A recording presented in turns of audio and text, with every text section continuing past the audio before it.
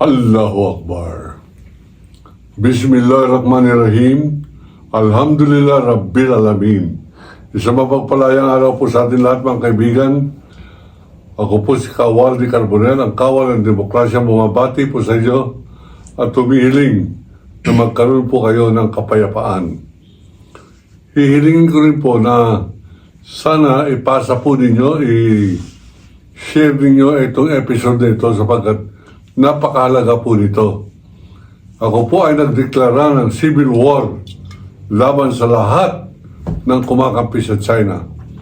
Kung kayo man ay maka-DDS, kung kayo man ay anuman inyong relihiyon, Iglesia ni Marcoleta, o kaya kayo ay kademonyo ni Kibuloy, o kasi magnanakaw ng JIL, pare-pareho ko po kayong kaaway. At ako po ay nagdideklara ng civil war laban sa Inchik at lahat ng kumakampi sa komunistang Inchik. Papaliwanag ko lamang ng konti sapagkat marami pa rin po nagugulan sa akin hanggang ngayon. Ang akin pong sinasabi Inchik ay yung komunistang Inchik na sumasakop po sa ating karagatan. Yung pinagtatanggol nila Marcoleta, Cayetano at lahat ng traidor na senador na dapat na natin lipudin. Ang pinaka-importanting mensahe ko ngayon ay bawalan, hilingin natin kay Justice Carpio, huwag nang patulan ang debate kay Marcoleta.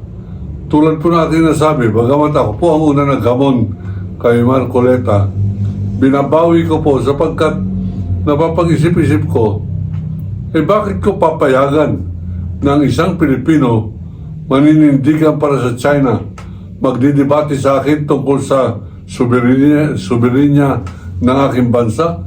Hindi ko po kakadebate niyan. Tatadyakan ko na lamang, tungkulin ng Pilipino, tadyakan lahat ng mga pro-China.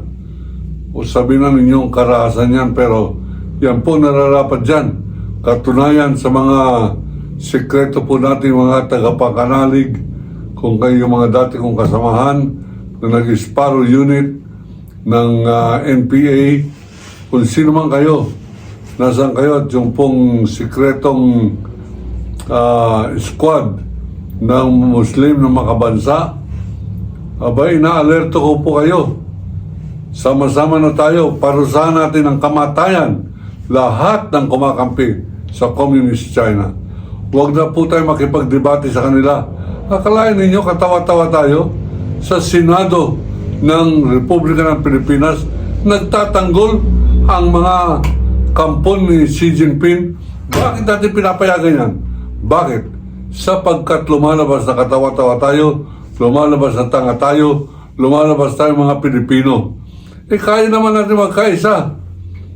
Bakit kinakailangan manawagan ako ng magkaisa tayo alang-alang sa ating mga bansa?